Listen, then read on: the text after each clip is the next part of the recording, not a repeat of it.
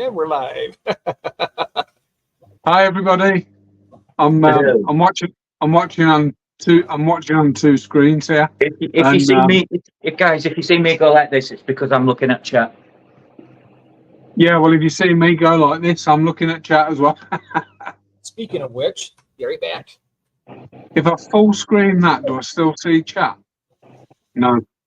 It should come up when people start chatting. Yeah, I can see chat, but the last one that I can see is me saying we can hear you, Jeff. We can hear you, Jeff. My name's Jeff. Look at the size of that basement. We've got 3 watching, but one of them's me. And one of them's me. And one of them's Rob. One of them's my extra account. We'll just give people a chance to come. People be coming in. I'm gonna go check the. I'm gonna look at fish. I don't know what's on tonight. Football, Manchester United are on now. Yeah, but I'm on about live streams and stuff. Yeah, I'm gonna take a look. Yeah. Oh, we got Grand Aquarium Adventures is on. He's the only one. He's the only one streaming right now. If you call, they will come. Graham from Aquarium Adventures. We've got a couple appeared. Hello, everybody. We're just Hello, Ryan. We're just Hello, God. Hello, Hi, Ryan. God. Hi, Ryan. We're just waiting for a few people to appear before we start. And one of the things I've done is I've posted the link in an isopod group as well. If anyone, because the subject of today's is the biggest cock-ups you've made in the hobby. Still got loads of isopods over the years, and yeah, mate. I found another pink dragon in another tub earlier. They're getting out. Well, they're not getting out now because I've foamed up the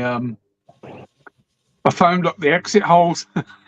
Sellotape on the inside does the trick. Yeah, they get stuck to it. No, not if you stick the sellotape well. Yeah, but then you stop the vents. Make little pinholes.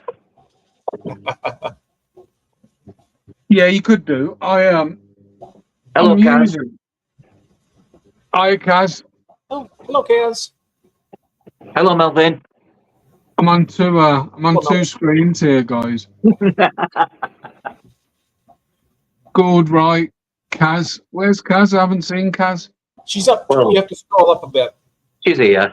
She's probably in the back lingering. Yep, she's smiling. She says, I keep knocking, but doing a bit of lingering, Kaz.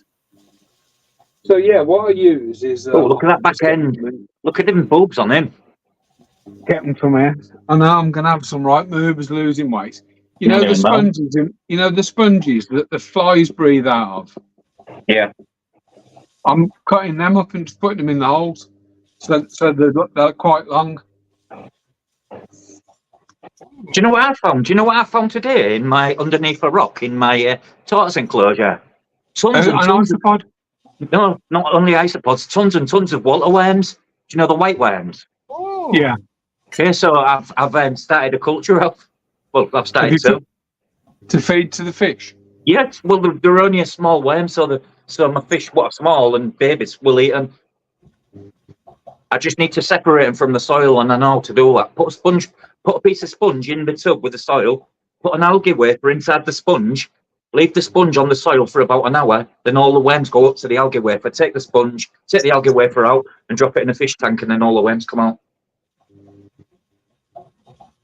Do you know something?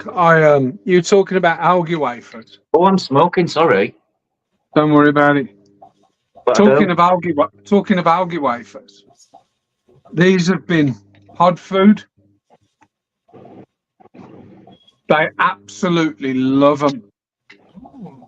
And unlike some foods, they don't go furry.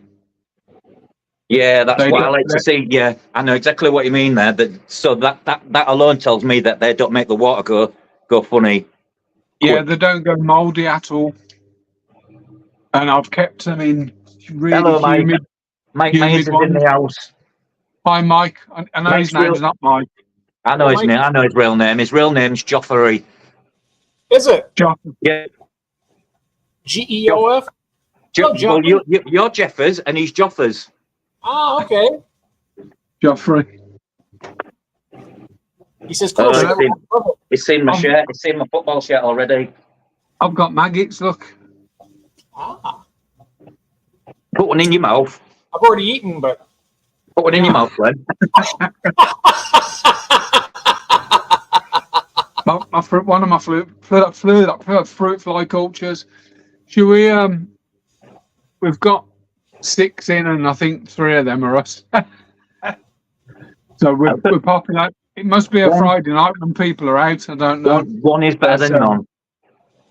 Yeah, and ultimately we're doing it for our community, really. So I'm going to start with one then. So the subject of tonight's live stream, and we're going to have a bit of banter and a laugh, and you guys in the chat can get involved as well.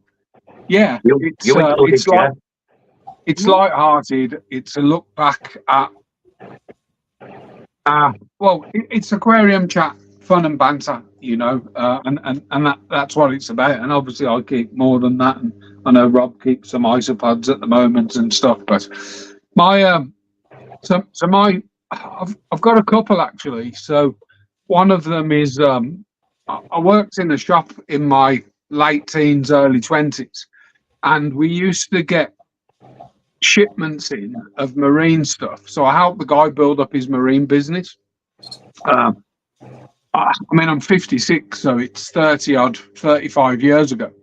And we used to get shipments in, mainly from the Red Sea, but sometimes from the Barrier Reef.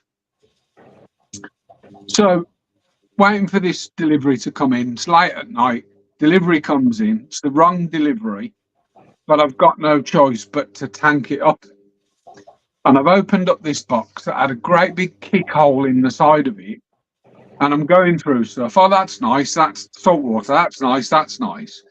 And I had a pot with a very small octopus in it. oh, And it was they were freezing cold. They'd been in a plane. The box had been damaged.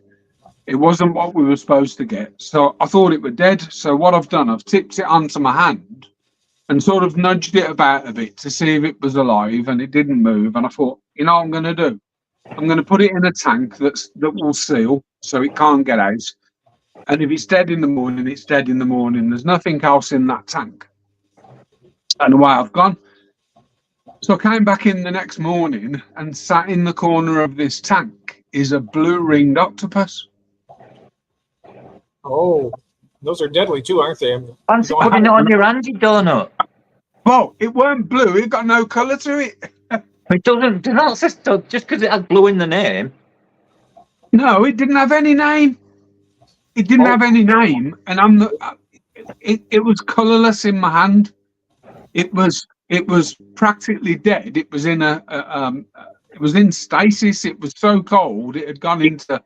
You could have been in an hospital bed, shitting in a pan.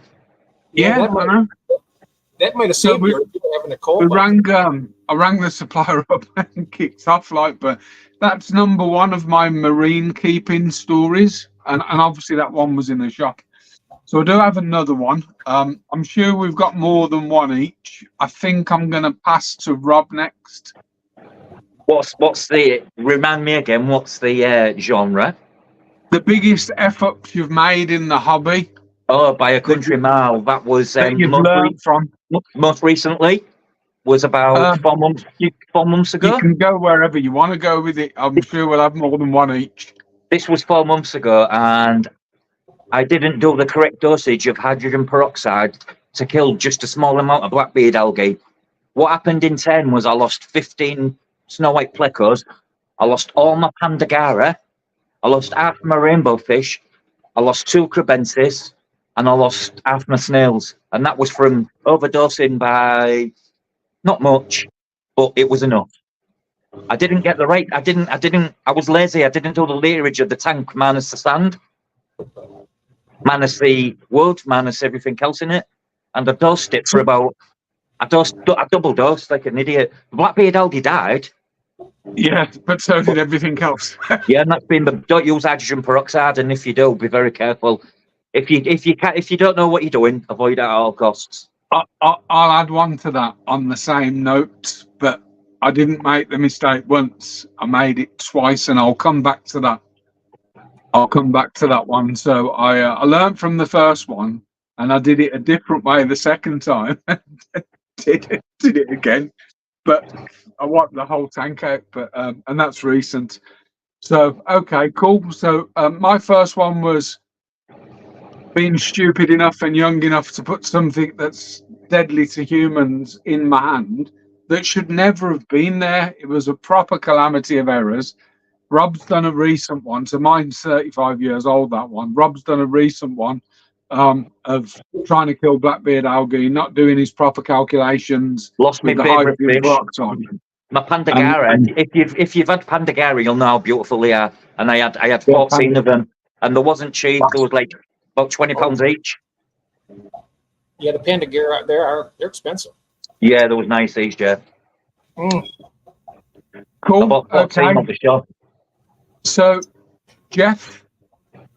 Oh, mine was the biggest one I've had in quite a while. Was recently when I did the live clean on this 20-gallon tank. Yeah. Where, it was really, really bad, and I overdid it, I think. Well, most of the fish lived except for the 2 African cichlids that were in there.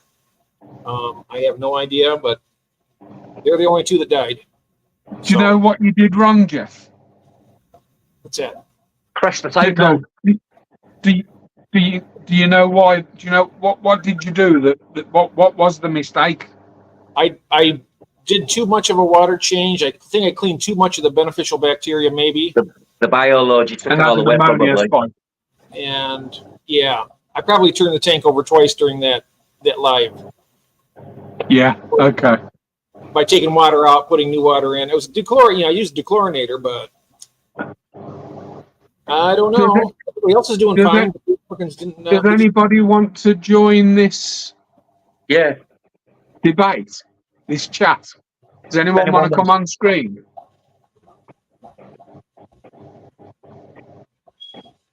Yeah, definitely. Come on up and... I'm in the background smoking. if anyone wants to join, just shout out in the chat or put a link in the chat. Well, someone will, because I can't, because I'm logged in on another account on my laptop that I'm reading the notes on. I'm not a mod. Would you like me to drop it in the chat? Yeah, you can do it. Aaron says Aaron's watching in the bath. Yeah, don't come on screen while you're in the bath. Don't drop the phone between your legs. Not only will it blow. Okay. So I'll do my second one then. So my second one is pretty similar to Rob's. It's pretty recent. The thumbnail for this live is an Iwagumi scape that I did in the house with Dragonstone. I'm using it's Eliocaris, but it's Fusilla. So I think what did I have, Rob? About 12 pots. Fusilla. Oh no, 9 pots. So 912 grow pots for a 20-gallon tank of Pasilla. So I planted it quite heavy. There's a video in there in my videos for it. And if anyone's ever done a CO2 carpet tank in Iwagumi where you're only using one plant, I find it really difficult to dial the CO2 in. So undoubtedly you get blackbeard algae. And what I've always done with it is I've treated a portion with the right amount of CO2 and left the filters off for an hour and away it's gone, and then I've done another one and so on and so forth. But I've got so fed up of it, I thought, well, in my head, hydrogen peroxide, once it hits water, it oxidizes, so it just turns into oxygen. and oxygen's good for fish and shrimp and stuff. No. So what I did was I did about 10 times the dose. So I filled it into a squeezy bottle and I went around the whole tank. And the first things to go are the scaleless fish. So all of a sudden I've got coolie loach dead everywhere. And I lost probably, I think I had 20 green neons in there, a small shoal of about 4 or 5 ember tetra, and a few micro rasbora. Lost all of them, and I think I kept 3 or 4 of the green neons. Now, anyone that has ever tried to get green neons, they come along once in a while, and they're quite difficult to get. So you have to get them ordered. People don't buy them in. They're specialist, really. You can get them sometimes, but it's difficult. So sort of learned from that mistake, and then what I'd started doing is, instead of using hydrogen peroxide in that tank, I started using a liquid carbon. So like Excel, but it was the Aquatic type. And I started off doing little doses, the same. And I thought, well, this isn't hurting them, so I'll do a bigger patch. And did exactly the same and killed the rest of the tank. But this time, all the Amano shrimp were leaving the tank. They were actually climbing out of the tank and walking across the kitchen floor. Oh, wow. Yeah, So, I've had it happen. So I've got at the moment a 20. It's called. It's made by Superfish. They're a lovely tank, full low iron glass, 90 litre, 20 UK gallon, 90 litre scaper tank. So they're quite deep. They're quite, front to back. They're quite a deep tank. But I'm tempted to strip it and do either a nature aquarium with heavy feeding plants and wood and stuff, an underwater Grand Canyon style tank, or shell dweller tank. Shell dweller. Oh, you'd love that. Those are fun. Or a shell dweller. So after doing the tour at Rob's, I'm like, I need these. You can escape them quite well. You could put loads of rockery in there, loads of shells, and you could have multiple fish in there and they'd still get along fine. And create sort of divisions in there, because they're a decent sized tank. It's all about if you've got a block there and there's a fish there looking, you can't see the fish there. It's Hi, Dean. Hello, So Dean. just quickly before we move on to Rob's second cock up, because I'm sure we've got loads. I'm going to. I'm trying to think. Yeah, I keep the screen that I'm logged in on doesn't say 702, but my own one does. I had 703, but Actually, I feel like I'm gaining one and losing one. I've got it now. I know what mine is. My second one. Jumping feet first into Carolina shrimp, spending $750, shall we say, to have them all turn out, end up dying. Because I didn't listen. I didn't know what active soil was. I didn't listen to people about RO water. Did it my way. And it was a big, big learning curve. I've got a huge one. So what did you learn from that, Rob? Everything you needed to about keeping Carolina shrimp? Research. Massive. Ask questions. Ask people questions. Breeders, Massive. keepers. When somebody buys Carolina off me, I always email them and say, I don't want to be rude. You do realise that these are soft water shrimp and require specific parameters. And if they say no, I refund them. Yeah, because otherwise it's just you're saving them the heartache, but not only that, you're saving the shrimp. Yeah. And as much as if I sell shrimp, it's profit for me. That's not what I'm in it for. I'm not in it for that. I mean, it's nice, don't get me wrong, but I'm not in it for that. I'm in it for the hobby, and I genuinely am in it for the hobby. And anyone that knows me will know that, you know. So, okay, Jeff, another one you can think of?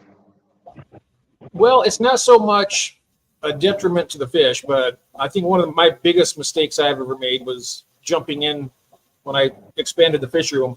I went full bore on African cichlids, and they overbred, and they take up almost all of my tank space. So now I'm trying to find a way to get rid of them all. So So it's finding, from I what mean, you're doing, I didn't do enough. I guess I didn't do enough research on moving them on.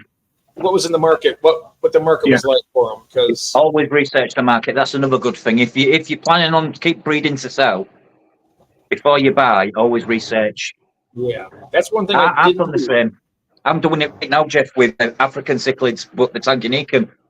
Mine are just multiplying. And can I get people for them? Not yet.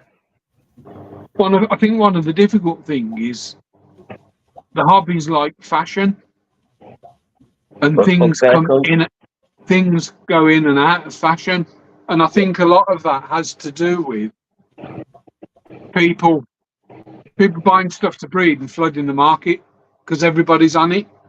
Yeah. So shrimp is a brilliant example of that. So purple nanashis, purple nanashis are very popular. Well, orange eye red devils were £20 each for $25-$30, Jeff, and the price was stable for absolutely ages. And then a couple of people, through no fault of their own really, had to get rid of their colonies because of something that happened and sold them off cheap, and they were like a £5 each. And then all of a sudden the market set at £5 a shrimp. I wouldn't sell mine for £5 a shrimp. Wouldn't sell them for that. But that ends up then being the market, and you get people come into the hobby. I'm talking specifically plants, trying to sort of get a foothold into the plants market, so they sell them at zero profit. But what they're actually doing is they're not getting a foothold into the market.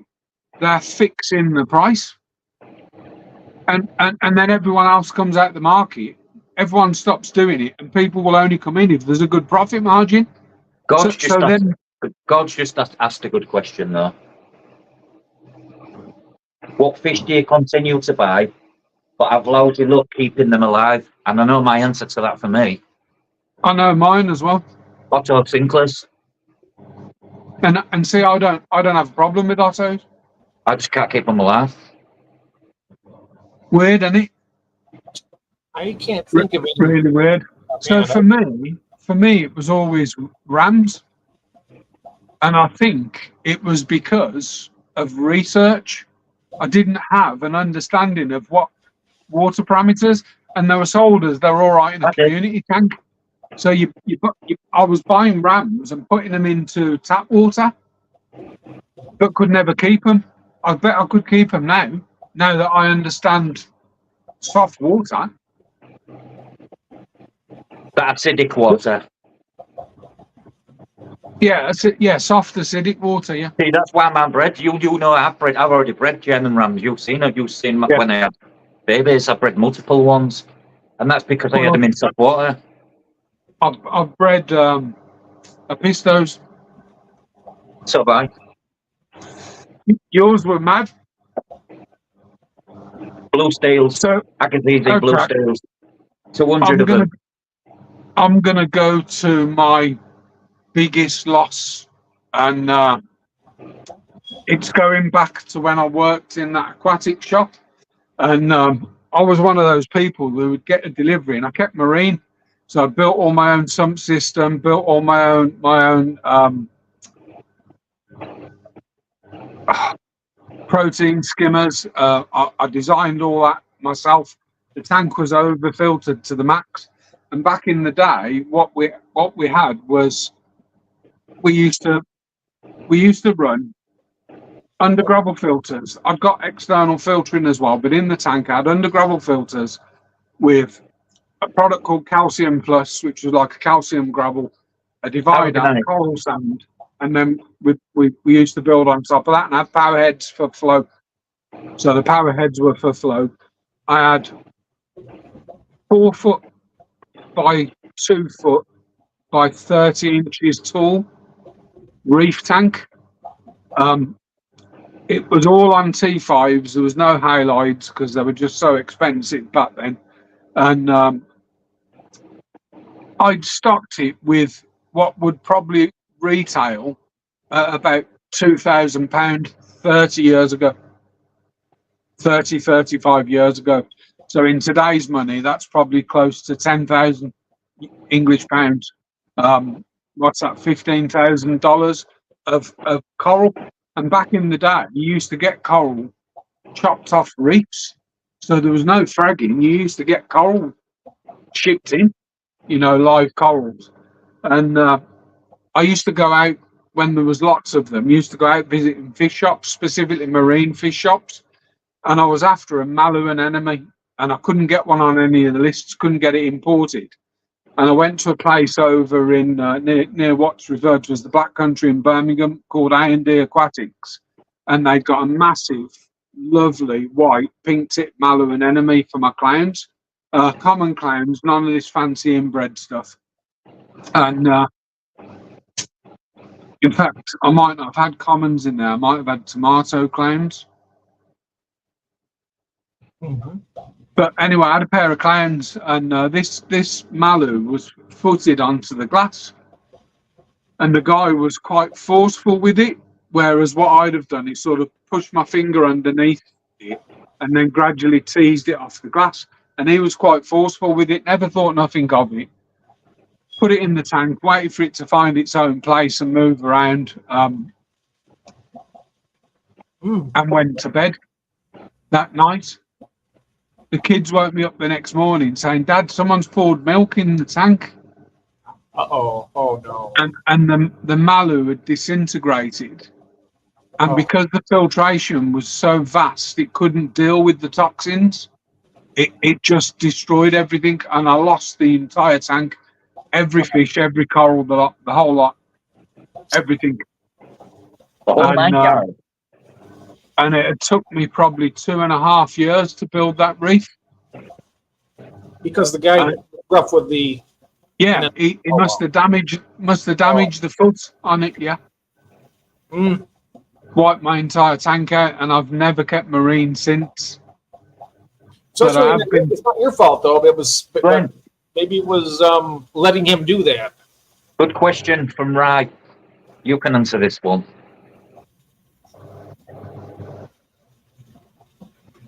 Can you read it? Oh, yeah. Yeah. Genuine question. I heard you guys mention you run 0 KH on your Caradina tanks. I cut my GH to hold What's old? touch. Okay, so I'll read this out. So Rai said, genuine question. I heard you guys mention you run 0 KH on your Caradina tanks. I cut my GH, but told not to touch the KH because it can cause a pH swing when too low. Does the substrate keep it stable? 100% it does. And Yes. Different substrates buffer at different pHs. So an example would be, I'll grab a couple actually. Oh, because I need to stand up. So an example would be... Hi, JT. Hello, JT. I use this. So this is SL Aqua more black soil. I get between 5.6 and 5.8 out of that. Other people say they're getting 6 out of it, but I can prove that I get 5.6 out of that. Me too. In relatively. What brand is that again, Glenn? SL Aqua, Jeff. SL Is it Aqua. good? Is it pretty good? Yes. It's as good as Brightwell. Brightwell's Okay. just as good. This stuff, Blow Aquaristic. So it's a weird looking. It's a This weird is still an looking active soil. jelly. It's still an active soil, but this buffer's closer to 6.5. 6.5 pH. Environment soil. I'm not going to pick a bag of environment up because the 9 litre bags and that look good. But environment soil will buffer at 5.5 or below. Aquasolum, made by Seachem. It's a subsidiary part of Seachem. 5.5 Seachem. Yeah, Seachem, yeah. that's a new Seacom brands they've got going, Jeff. Yeah. Aquavitro, it is called the Aquavitro range. The only problem with this, in my opinion, is it only comes in 2 kilo bags. Yeah, so you have to, but it's not cheap. Seachem stuff is usually pretty pricey anyway. So the blouse stuff I can get in 2 and 8 litre. Environment soil, I normally get it in from Germany, and I get it in 9 litre. I think they do a 3 litre bag, but I've never bought any in. S Aqua comes in 3 and 8 litre bags. But yeah, 100%. This is the best soil. But you won't get it. This is the best soil. ADA Amazonia Gold. Gold label, yeah. Oh, it's my baby. This is for special tank. They've stopped making it. You can get the orange label, but it's different. Otherwise, I use same as Glenn. But yeah, that's the whole point of having. You're right. KH in a normal aquarium stops the pH from swinging, so KH will buffer water. The soil buffers the pH, and it also buffers keeps the KH away. Yeah, so an active soil, the reason it's called active is because if you put tap water in it, the tap water will eat the KH, the soil will eat the KH out of it. But don't use tap water, Carradina. But then the soil won't last long. Yeah, it depletes, yeah. Because it's having to work, not only take the GH, the KH, and drop the pH. So in turn, it don't last. So yeah, I think that's my biggest loss. And my biggest, although I've learned from that mistake, I've never been in a position where I'd ever make it again. The nice tanks. The nice tanks, right? The ADA tanks. He's on about the ADA, the actual tanks to do. They're the creme de la creme of tanks. Yeah, they are nice, yeah. Although this one's on par. This is an all-pond solution, but this is Oxy White. But I've got to be honest with you, this is on par. Look how I've sunk the wood, Glenn. Oh, the wood's down now, isn't it? Yeah, I've just put a piece of lava rock and it's just overnight, it's just sank down. I'm going to leave it for a week. Then I'm going to turn it up. I might have to cut a couple of the branches off to balance it out. I'd raise the substrate up and then put it into the substrate. Yeah, that's what I'm going to do. I'm going to build a mound up of soil before I put the sand on. Then I'm going to sit it and work it into the soil. Then I'm going to cap it off with sand. Yeah. Because at the back of the thing there's an hole in the back, so plecos can still get in without even if the bottom's sealed off. I've seen some people drill with the stainless steel screw through a slate on them also. So,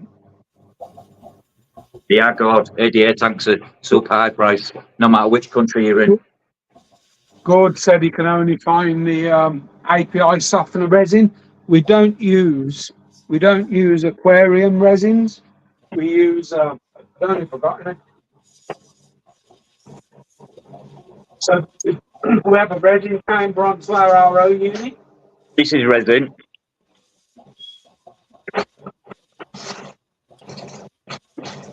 So I'm running low.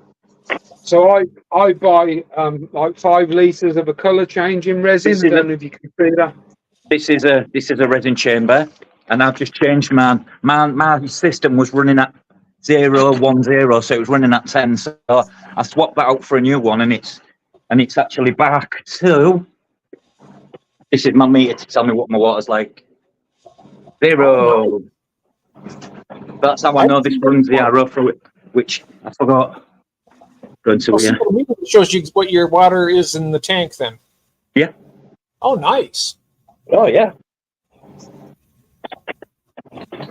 You can put your RO system, Jeff, where you want in your basement, literally where you want.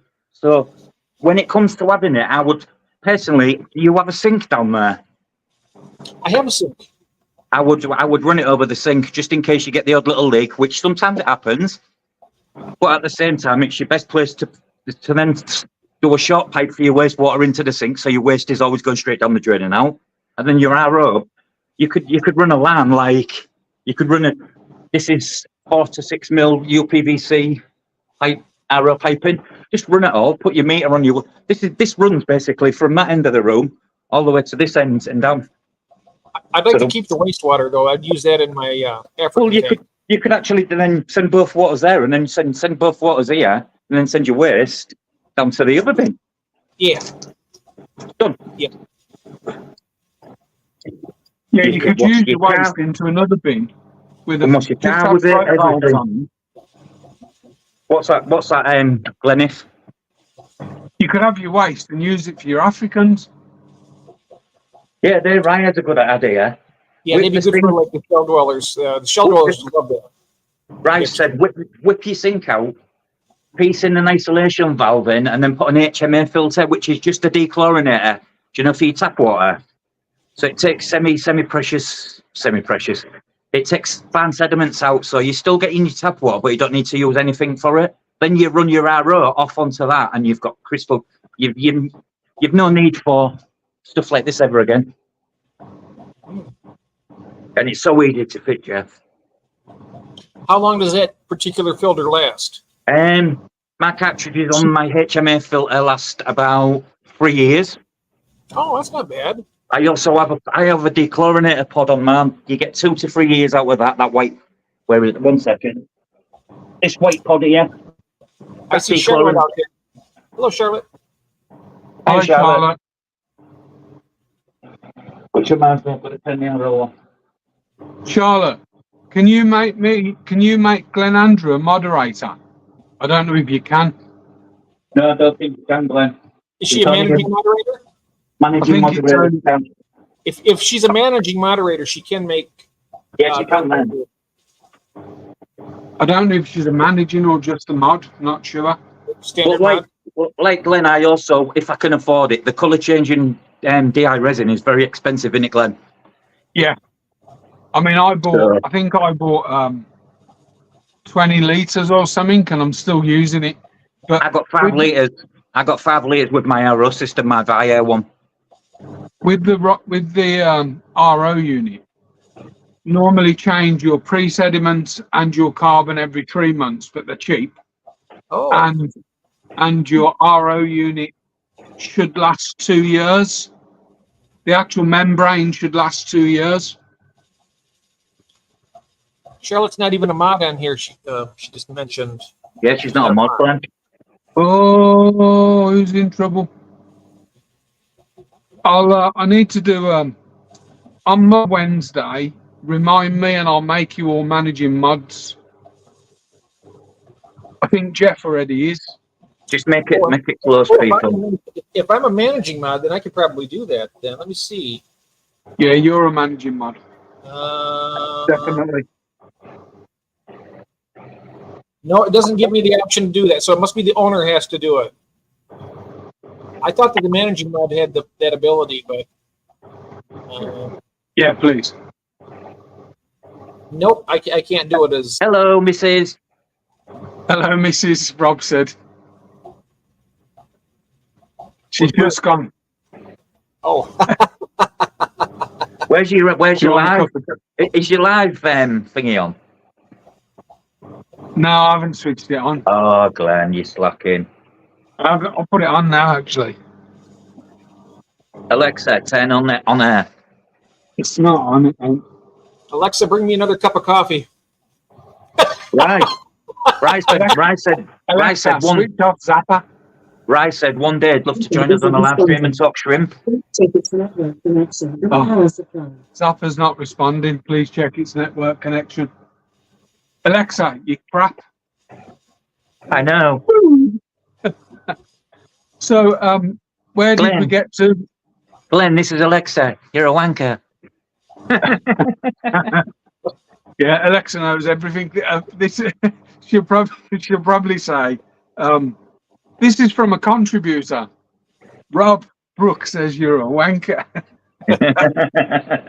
So, right, where do we get to? So I think Jeff, I'd done the massive reef tank cock up.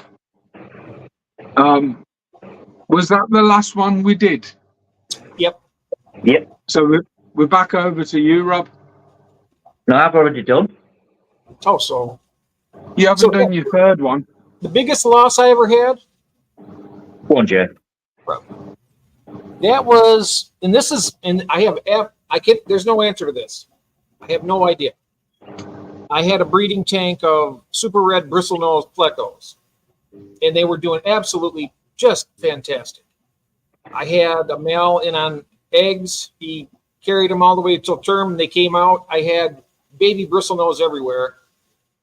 Everything's going great. Fed them green beans. They're all chowing down. Went in the next morning. Every single one was dead. Whoa.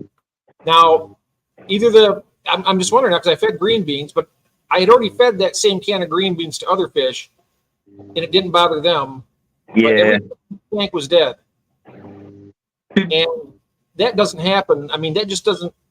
It's the first time that's ever happened to me, having an entire tank that's been thriving for. It was a well-seasoned tank. It was up for over a year. They were pretty hardy fish as well, aren't they? They were Yeah.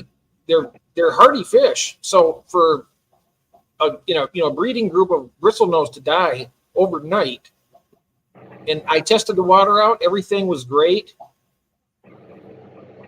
I was just going to ask if you tested the water afterwards. Oh yeah, I did. Did you? Maybe at that time, did you do a recent water change? Oh. So you can't even say there was nothing in the water at that time. Do you know what I mean? Nope, I didn't add anything to the water. No new water. It was already. No, it was. I did my water change about a week before that. Yeah. Were the canned beans in spring water or salt water? Brown, is it? Well, I think they probably had salt in them, but I rinse them out before I feed them. And like I said, Yeah, I fed and other bristlenose plecos. I wonder if those plecos were sort of hyper tolerant to salt. Hi, Sam. Hello, Sam. Welcome in. That's possible. Trim Trimmer. Hi, Jeff K. Hello, Jeff Kane. Hi, Shrim. Hello, Jeff. Jeff Kane's here. Jeff, this is Jeff. And Shrimpa. Yeah. He's called That's Sam. Sam. Sam. That is. Sam? Yeah, he's a good guy. Really He good lives guy. about Oh, Sam. He's from 45 minutes from me. He's from the UK.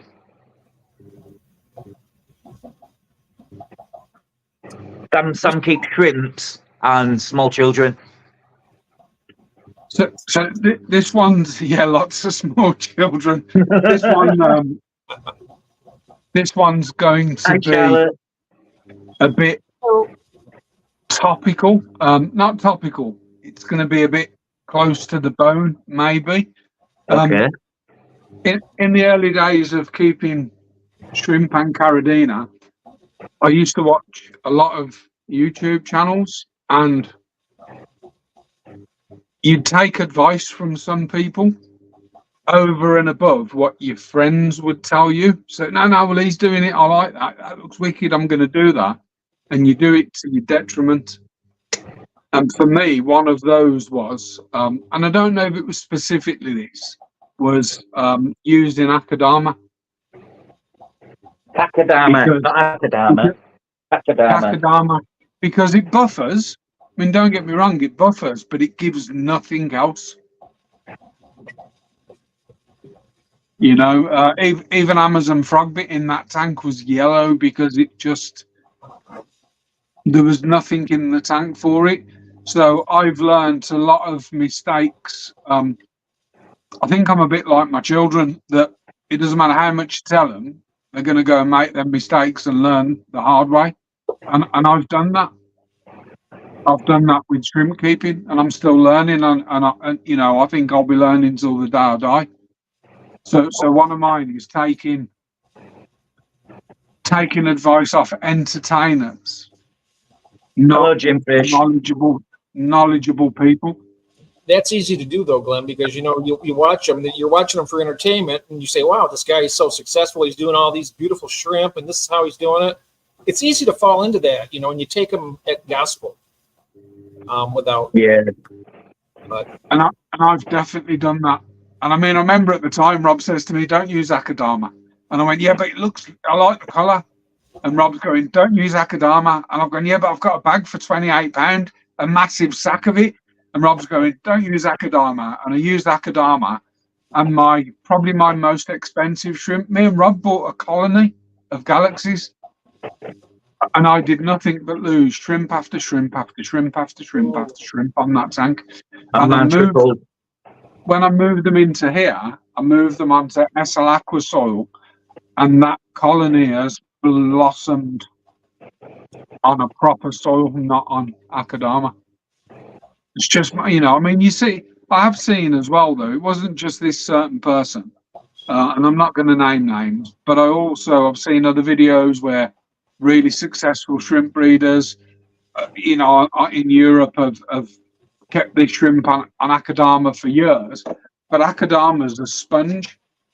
So what it does is it will suck in nutrients. Yeah. It will suck in nutrients, and then obviously once it sucked nutrients in, it's got something to give back to the tank. But it just didn't work for me. There was two things that went into that tank. One of them was Akadama, and the other one was I built some subwasatang ropes. So I got some nylon cord, poked holes in the end, put little bits of cable ties in the end, a float on the top, a weight on the bottom, and then I wrapped subwasatang ropes, and they grew massive. And then you get free flowing subwankatang, as I call it. And I think that the lack of flow, and there was dead spots within that tank because of the amount of Akadama in there, and not Akadama, subwasatang, and it's horrible. I've literally just took a filter out of a tank. It's outside, so I'm sunbaking it to dry every last morsel of subwasatang off it. And I'll never use it again, and you can never get rid of the bloody stuff. oh wow, One little piece can make a fucking Vile stuff, horrible I wish stuff. mine would grow. I can't keep Swassertang alive to save my life. But What pH have you got? What pH have you got, Jeff?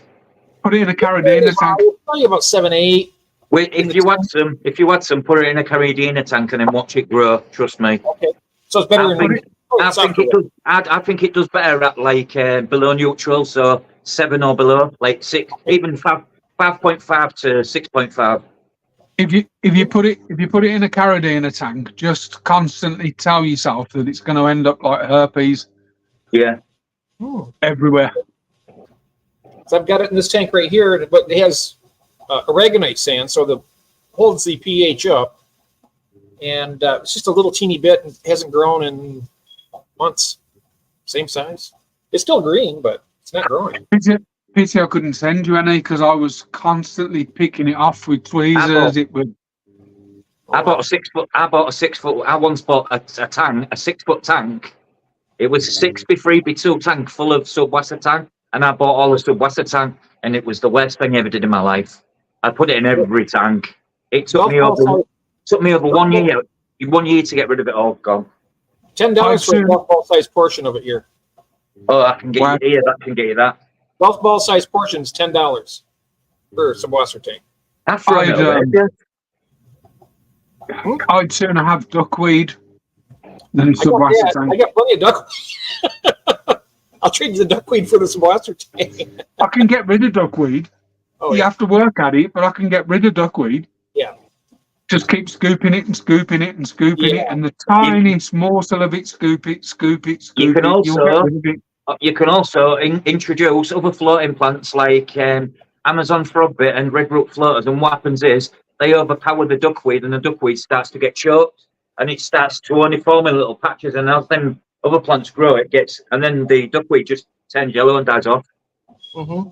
That's exactly what I've done on these. Ooh. You can put something in there that eats it. Mystery snails will eat duckweed. I see word says right there at 6.5 pH. It is crazy. The Subwasser tank. Cursed duckweed. Oh, Wow. just going to type something in here, guys. That must be the reason why mine's not growing, because the pH is probably too high for it. Invest in what you can do, Jeff. Rather than putting soil in there or moving the sand, you can get them little media mesh bags you can buy on Amazon. Mm-hmm. Put the active soil in them bags, and then just put a bag in the tank, and then that'll drop the pH. Mm-hmm. I got those bags, and I have. I also have. Well, I don't have the soil, but I do have peat granules that will do the same. It'll drop the pH. Peat will do that. And this is made by this is peat. This is liquid peat. This drops the pH. Black water extract. It's the Blackwater tea, right? Yeah. Oh, it's more like liquid tar, shall we say? It's very concentrated. Yeah. Yeah, very. It doesn't take very much. How much for like a? Would you say for like a 80-gallon or 80 gallon. liter? 80-liter tank. I'm sorry. 80-litre tank. I'd do 2 of them.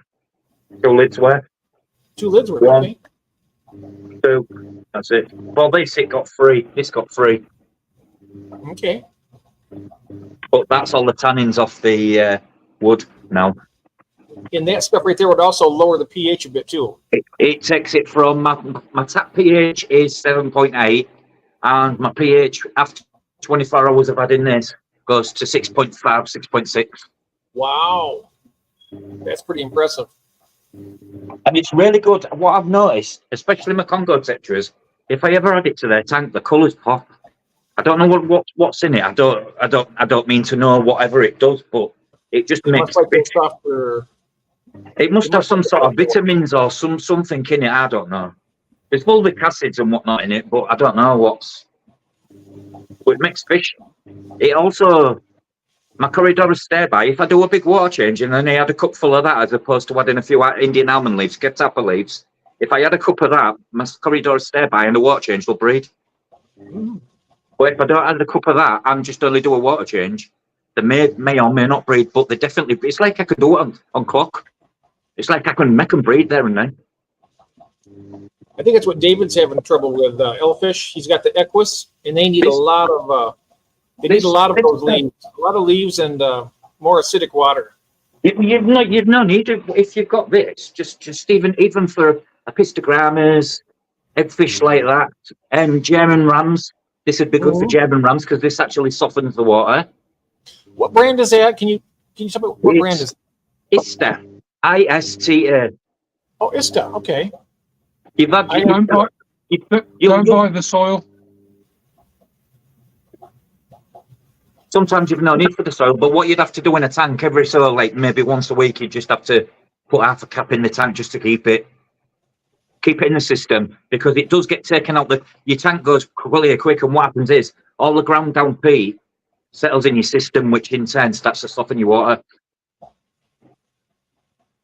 But and it's for that 1 litre bottle, I think that was £14, so about $16, and it's lasted me 6 months. I only go through 2 a year. Oh, okay. So about $32 and that controls the tank down there, my rainbow fish in there. I sometimes put this in my shrimp tanks as well.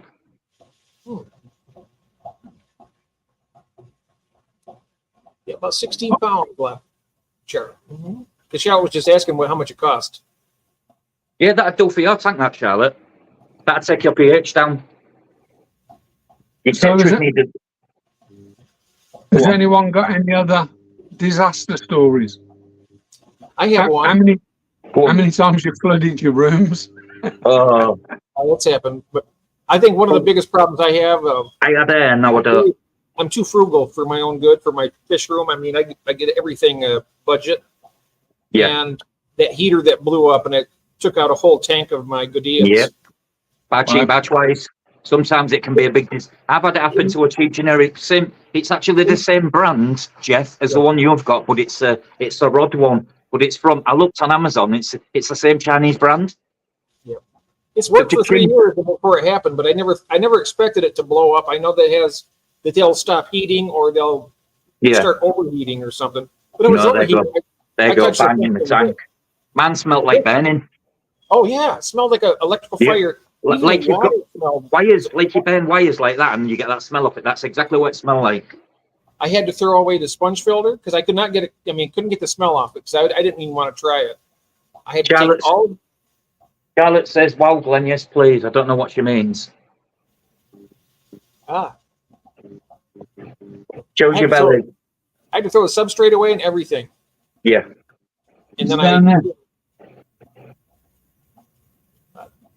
And then that was the tank that we did the live on where I reset it with the sand and yeah.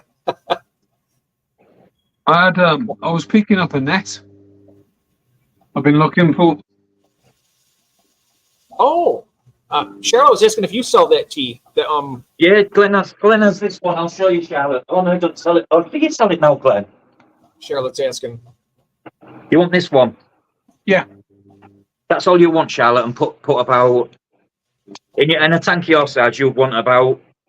It's about 1.5 mil spoon for every 10 liters. Yeah, 20 litres. Yeah, it's 20. So our tank would want about 15 spoons. But that's basically that stuff. What you've just seen. This is a powdered form. That's all it is. Yeah. Oh, okay. Pretty much. I'll show you. I'll put no actually. Now what? The small container more concentrated than like the bottle. So in other words, that would be like the equivalent of that. If anyone ever wants to grow any moss and they're like just can't think of ideas how to grow it or they want to weigh it down, buy some of these off Timo for about 50 cents. Put a piece of moss in it and then put it down and then watch your moss grow out of it in the shape. Royce just said which one's amazing. He's been waiting for the 10 gram. Are they? Back in stock. Waited forever for it. If I use it, Charlotte, you know it's good. Because I'm funny, me, Jeff. I won't just use anything. Mm-hmm. I've learnt the hard way on so many things. Putting so many chemicals into your tank's not always the best way.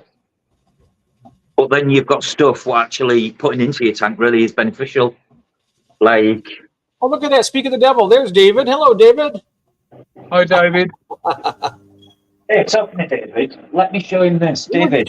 We were just talking about your Corridor Equus. This makes my stay-by. If I put a cap full of this in and do a big water change, my Corridor stay-by breed on point. And this is Ista. This is black water extract. And it naturally drops the pH. So what it's doing, well, when you're doing the big water change, a little bit cooler, adding this, you're mimicking a natural rainy season, a wash down, and the fish are like increase the flow with what I do. So you're getting the peat and the soil acidity come through and stuff. So I buy cheap and buy twice then, but I think we're all guilty of that, Jeff. I do exactly the same. And you learn from your mistakes, but now it doesn't happen all the time. Some of the things I buy on a budget are really good and they've lasted me, a long time and they're still working. But I think on heaters, when it comes to heaters, that's an actual piece of equipment that can actually be very deadly. I found out because it killed the whole tank. The only thing I got to survive out of that was one female, one of the big females. David. So you've been getting them to spawn, David, don't like clockwork with that stuff. My Corridorus Violet Smudge Spot, my similes are not ready yet, so they will be next tried on it. One of the things I bought, buying budgets, but it's been okay. I think Rob bought the same item, and it was on an Amazon Day special, and it was a night crew light, and after about 3 months, it thinks it's in lightning mode. So you'll see it over the frogs. It just goes boom, boom, and then comes back on. And then an hour later or 30 minutes later, it does it again. But I don't think the power pack for it, the power supply, I think it sort of drops power. It might be loose with the contact, maybe. No, it's fine, perfect. And I've grown all these plants in the terrarium under it, so they're over my terrariums at the moment. But other than it going boom every 30 minutes, it's fine. But Rob's does exactly the same. Doesn't overheat or anything. I mean, I probably should change it, but ideally, I want jungle dawn lights over there, but they're so expensive. All low-glen. Man's not micro, man's higher. Oh, is it? Yeah. Probably made in the same factory. They're 100% the same light. They look the same. The models are identical, and that's why Higer have now changed them to these ones, and then to this one down here. This is the newest version of the 24 timer. But unfortunately, you can't turn the red, the blue, the green up. Oh yeah, see, I'm not on the one that flashes, but on the Higer that Higer sent me, you can turn the blue down on the Higer. So that one does go. What I was going to do was just light-heartedly before we carry on. In last week's stream, there was a few. Somebody mentioned a co-worker joke. There was a couple of jokes went into the chat, and obviously the Friday night streams all about bearing your soul and having a laugh. And I found some. So I think the joke that was said was we'd got this guy at work who had one leg shorter than the other, and his nickname was the Sniper's Nightmare. That's how it worked. And I've seen stuff like this on clips and memes and stuff. So I thought I'd find a few for tonight. I just want to go through a couple of those, and I'm sure you get some of these products in the States as well. So co-worker with a name, Kit Kat. So do you guys get Kit Kats? Kit Kats, chocolate bar. Yeah. Yeah. And we call him Kit Kat because he's always taking a break. Oh, give me a break. The other one was, so the next one was butter knife, not the sharpest tool in the box. Arthur, because he only does half a job. Motion light, only works when someone walks past. E.T., because he always wants to go home. I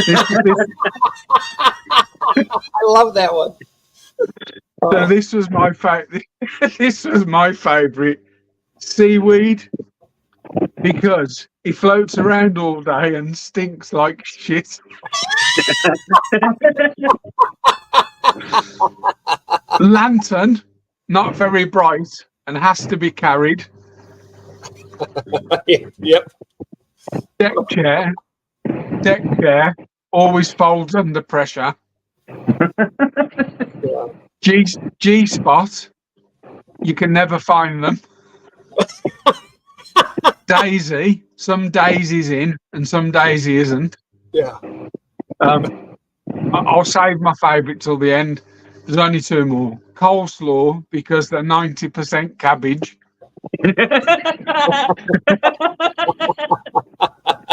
And then this is my favourite.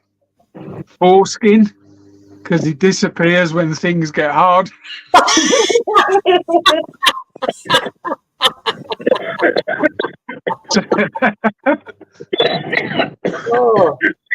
Oh dear, E.T. always wants to go home. Oh dear. You killed me, you cunt. You killed me. Ah! Yeah. I'm asthmatic as well, so don't get me going. You hit me at E.T.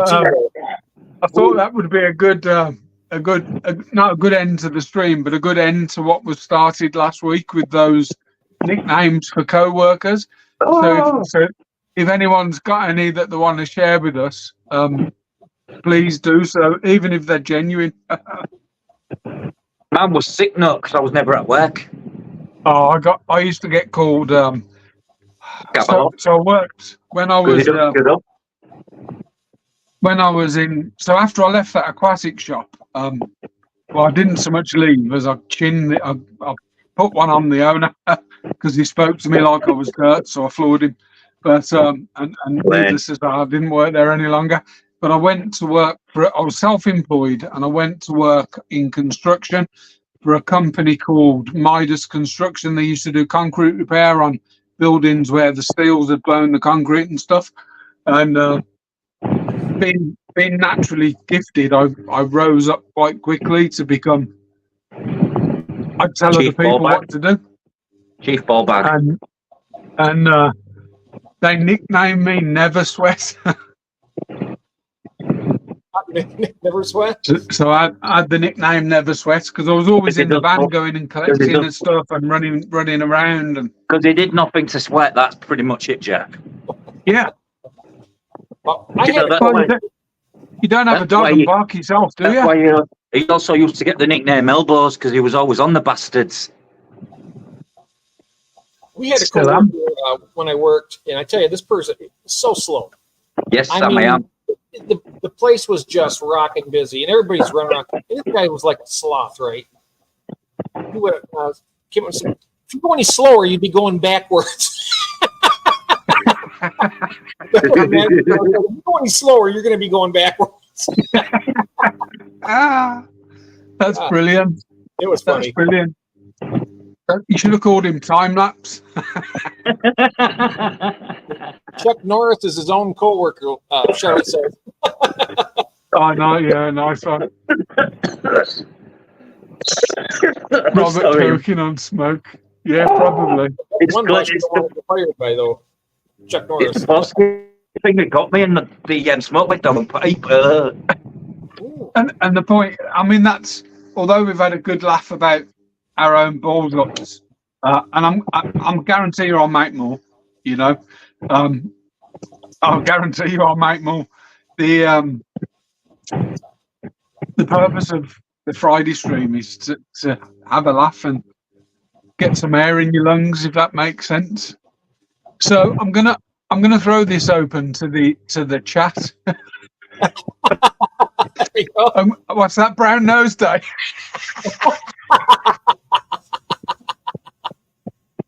Was that what you was called at work, Rob? Brown Nose?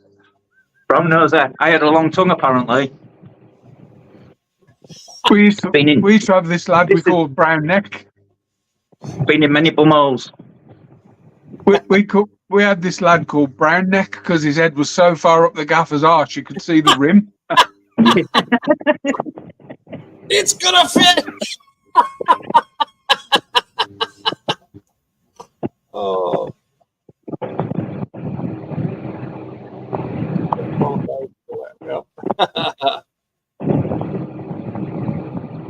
Oh, brilliant.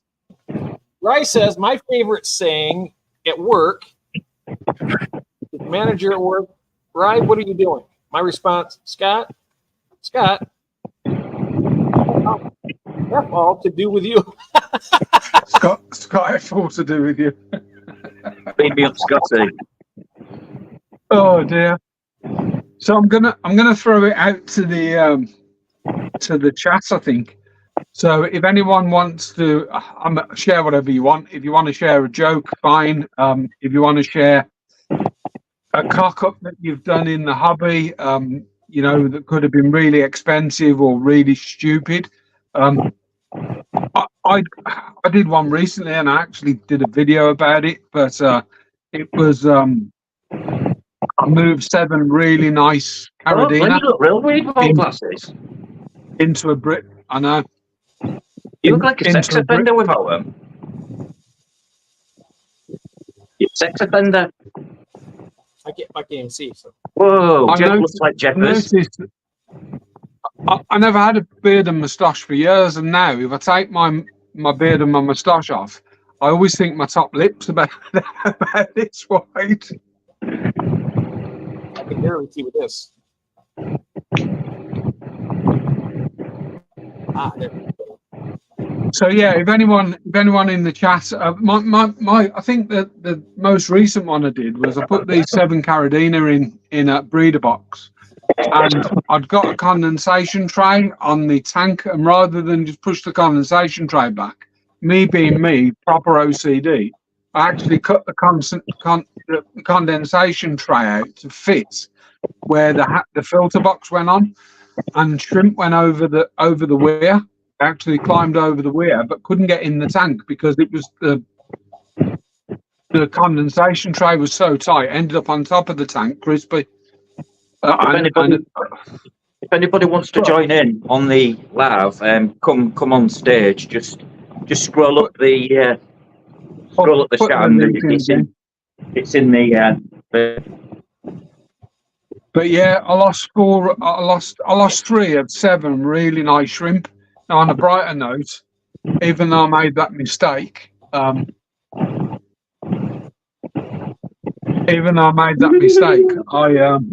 missed something. I've ended up with loads of shrimp in that. What did I miss? I said you look like a. I said without your glasses, you look like a nonce. Oh, did you?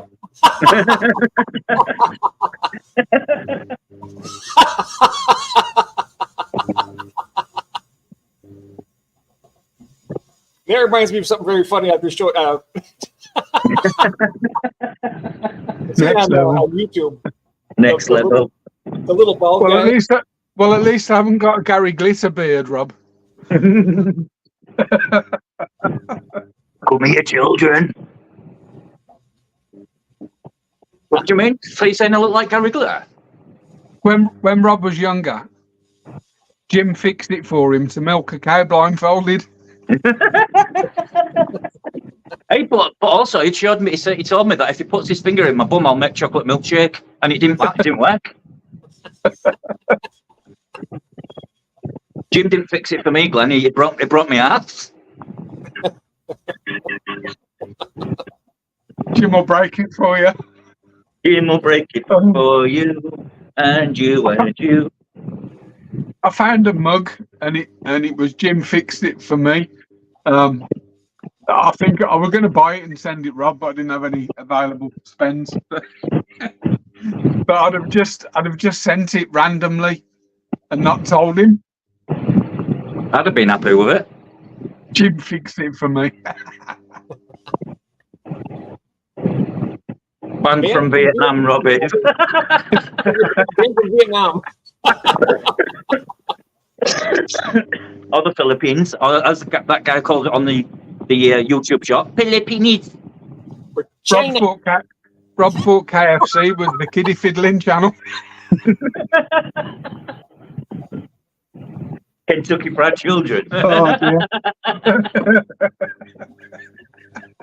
There's a delayed laugh there somewhere. Fantastic. Absolutely love it. Charlotte said you looked real cute without glasses.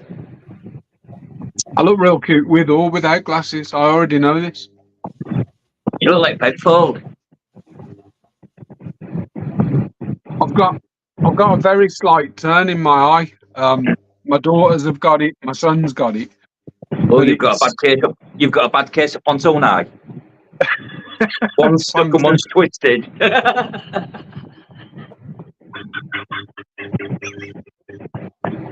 Oh, blackjack.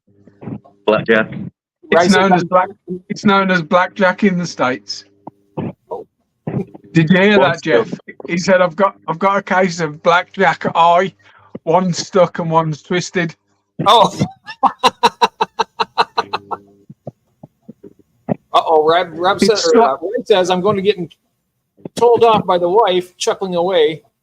Bad you are. Haha. Did you hear the joke about the perverted bell ringer? Bell ringer? Yeah, he got told off.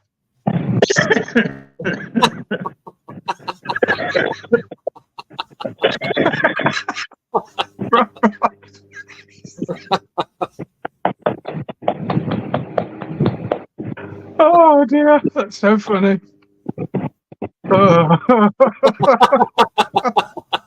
Uh-oh.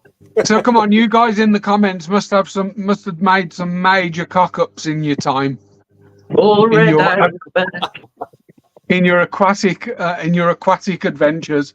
I know what Sam's is. Sam's biggest mistake in keeping aquaria is having children. Where is it going? And to put the kids up for adoption because I wanted I think the kids have been in the tanks. Yeah, I think his kids have actually been in the tank swimming. Yeah. Oh, wow. Yeah, I think that, and that what they'll do is they'll find all the food and tip it all in the tanks. Oh, Oh dear. that reminds me of a time that we were both back when Kathy worked for the state and I had my full-time job. This is back in the early 90s. We came home, our house was broken into while we were at work. So when we got back, the neighbors had called the police because they seen somebody going through our window. And apparently, by the time the police got there, they'd already ransacked the entire house. Any cash that we had in the house, they took. I had a 125-gallon aquarium in the living room. And I had brand new container of fish food, and they dumped the entire thing in my tank, and it absorbed, and it was about this thick all the way across the top. Why would they do that? Because the bastards, if we live in a crazy world. Yep. This is on a more of a serious nature. Yeah. If you got home in the States, if you got home, or if someone broke into your house and you're armed in the States, if you shot somebody in your house, would you be arrested and investigated? Be investigated, yes, but there is the stand your ground law that in the United States that somebody breaks into our house, and they're not, if they're not invited in, it's called the castle doctrine. Yeah.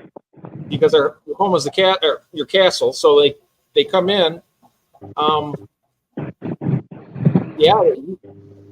If you're endangered by them, and apparently if somebody comes in without being invited, you could pretty much constitute that as some type of a danger. So I remember, I don't know if it was the 90s, may have been the noughties. There was The a farmer. 1990s. There was a farmer. I think he was up your way, Rob. There was a farmer, an old boy, who was constantly getting He lives near me, Glenn. harassed and broke into and burgled and abused, and They abused him basically. They was playing tricks on him at night, keeping him awake, putting fireworks through his letterbox, torturing him basically slowly. Oh wow. And he shot one of them in the back with a shotgun as they were running away. And because they were running away, he got done with attempted murder and went to prison. I don't know if he killed him. Did he kill the guy? No, the guy did die. It was an attempted murder. Because they were running away, he actually got charged rather than investigate them kids for the torture they've been put in this guy. They burgled his house 3 times in the space of a month. Wow. They slaughtered some of his sheep. They actually cut the throats of the goats, I think it was. That's terrible. Now, if let's say like we were saying, if they came into my house, now if they charged at me, of course I wouldn't hesitate. If they're coming at you, you can't hesitate. You just got to put them down. But if they came in and they seen that you had a gun and they froze, I would say, okay, well, you call them the police. Get on your fucking knees. And I wouldn't let them go in. I'd just keep them right there. I don't want to kill anybody, but if it comes down to you're them. Yeah, if you were them, you have to do. Or your family. Yeah. Do you have a gun in the house, Jeff? What's that? Do you have a gun in the house? I have several. Okay. I've got a lot. Only an American can say that. Yeah, I've got a lot. Jeff's got a Mac 10 in his back pocket. What are you on about? Open the shutter Well, doors and everything. The Mac 10's a range toy, but if I want to get serious, I got my AK for that. But the AK I have is a really interesting one, though, because it's like you have the reliability of the AK-47 platform, but it takes the NATO round, 5.56 NATO, and you can use the AR magazines, which I have a bunch of those, and the ammo's a lot cheaper. So, because people all the AKs 47s, but they're rarely 47s, are they? Well, they're basically reproductions. Yeah, there's only a few of the original AK-47s out there, and there are AKRs and AKJs and stuff. Yeah, it's the same platform. Yeah. But everyone just refers to it as a 47, and they're not. Yeah. Because in 47 is when Kalashnikov made that first rifle, so they're all. Not that I've got one. Yeah. But the one I have is made in Serbia. It's Zastava, and it's called an M90, and it's a really nice gun though. I get very low recoil on it. 30-round magazines are standard. They Serbia was. I've actually been to Serbia, but it wasn't Serbia when I went. The Yugoslavia. Yeah. And I've been to Croatia. Yeah. Because that whole region got divided up into Serbia, Croatia, Montenegro, Kosovo. Because originally, I think, wasn't it Montenegro and Herzegovina, and then they've split into two countries as well, I think. Yeah. No, Bosnia and Herzegovina. Bosnia and Herzegovina. I guarantee all those states are very well armed. Being that close to Russia. Oh yeah. Yeah, but it's all rusty. Yugoslavia, Croatia. Yeah, Croatia is a manufacturer of Springfield Armory, which is a big American company that supplies a lot of handguns and rifles to the United States. But a lot of them are built in Serbia. When we first went there, we flew into Pula Airport, and it was a military airport. Yeah. And literally, the building was. I mean, it was when it was part of the Eastern Bloc countries, but the building was tin sheds, and you land on the runway, and there's all big fighters down the runway, like parked up, and then you get coached into the building, and there isn't conveyor belts. There's people passing luggage through holes in the wall. That was their conveyor belt. Their conveyor belt was people. They're lovely people as well. And then I went 2 years later, and they built this marble palatial airport in 2 years. It was unreal. Yeah. Absolutely unreal. Pula, P-U-L-A, Pula Airport. So come on, Charlotte, you must have a disaster story to tell us. Bet she's got one. Shooting, proper rifle shooting is proper extreme geometry. Because you've got to look at wind velocity, wind distance. Sniper. My wife is a better shot with a rifle. My wife is a better shot than I am. Curve of the shot. I don't have a steady hand. I'd be no good, Jeff. I've tried shooting some rifles, and I was rubbish. Well, like over here for hunting small stuff like rabbit and what have you. They use really good rifle, 17 HMR, and the trajectory is flat, and I mean flat. Yeah. There's no drop on that trajectory at all, but the HMR does some damage because of how it is, and they never ricochet. They literally just break apart on impact. It's a very fast round. Yeah, massive, yeah. The kinetic energy when it hits, it just explodes when it hits. Whereas a 2.2's got drop, a 2.25's got drop. So you need to sort of scope up above and based on distance and stuff. But yeah, extreme geometry, yeah, 100%. Even clay, really, if I go out shooting clay, I'm always looking to put the shot in front of the clay, depending on where the clay's coming from. But that'd be no different with pheasant and high pheasant and stuff. Mm-hmm.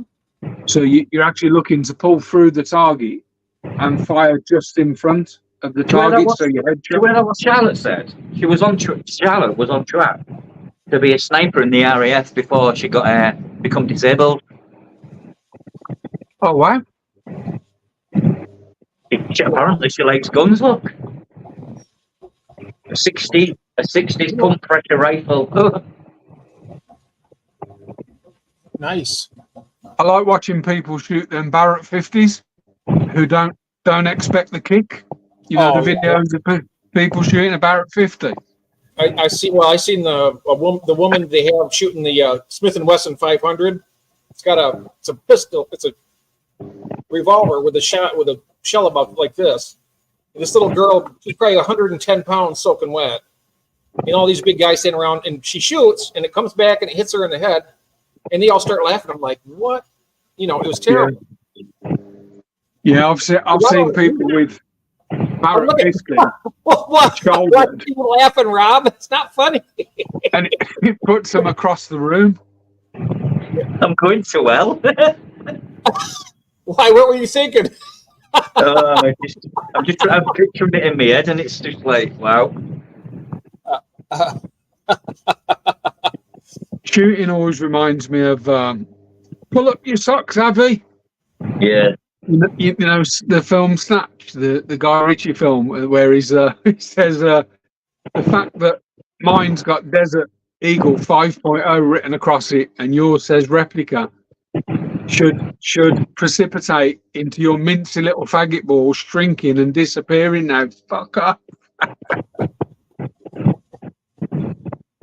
That's is the Desert Eagle an Israeli made gun? Which one? Desert Eagle. Yeah, it's Israeli. Yep. Yeah. Uzi's Israeli as well, isn't it? Yeah. I thought Uzi was Japanese.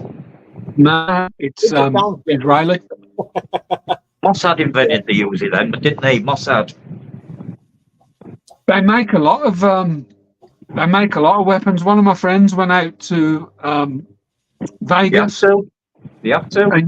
And you can go out in the desert in Vegas. There's actual companies that will take you out. You tell them what you want to have a fire of, and they'll take that out with them. And you don't pay for the trip; you pay for the rounds that you shoot. And Ben, his name is the lad. He said I went out. He said I wanted to shoot an Uzi. He said I pulled the trigger. He said it's gone. You can't hold it. He said, and I've done about $140 in ammo. What's that? What Sam says? What's the? It's all about the Daisy Red Rider. What's that? Oh, that's just a lever action gun. The most powerful. It says the most powerful gun of all time. It's a baby. It's a BB gun. It's a very low powered.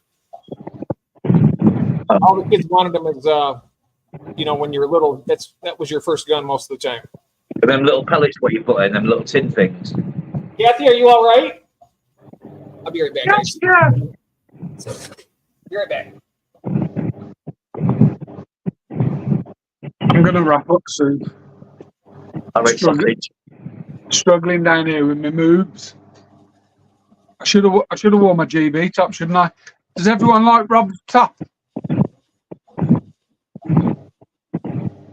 One love. It was I can't think who the team was, Rob. It's a Dutch team, isn't it? Ajax. The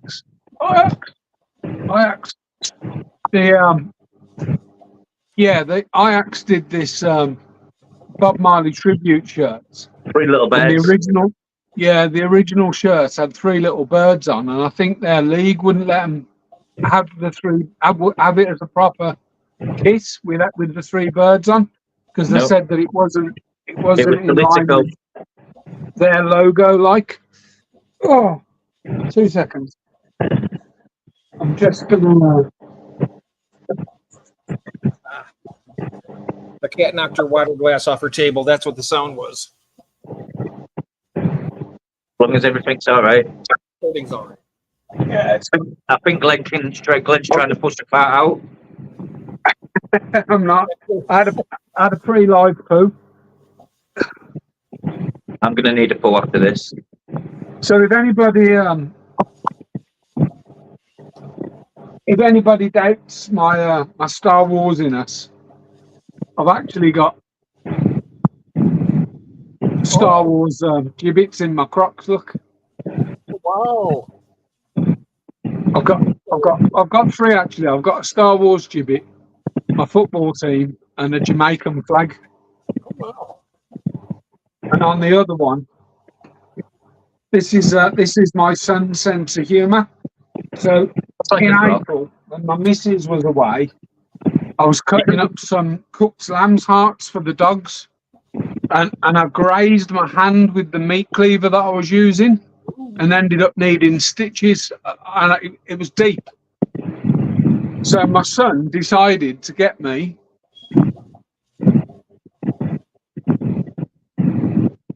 a meat cleaver for my Crocs. Ah, a meat cleaver. Meat cleaver for my Crocs, yeah. My turkey tearaway Crocs these on. What have you got? Shopping nights?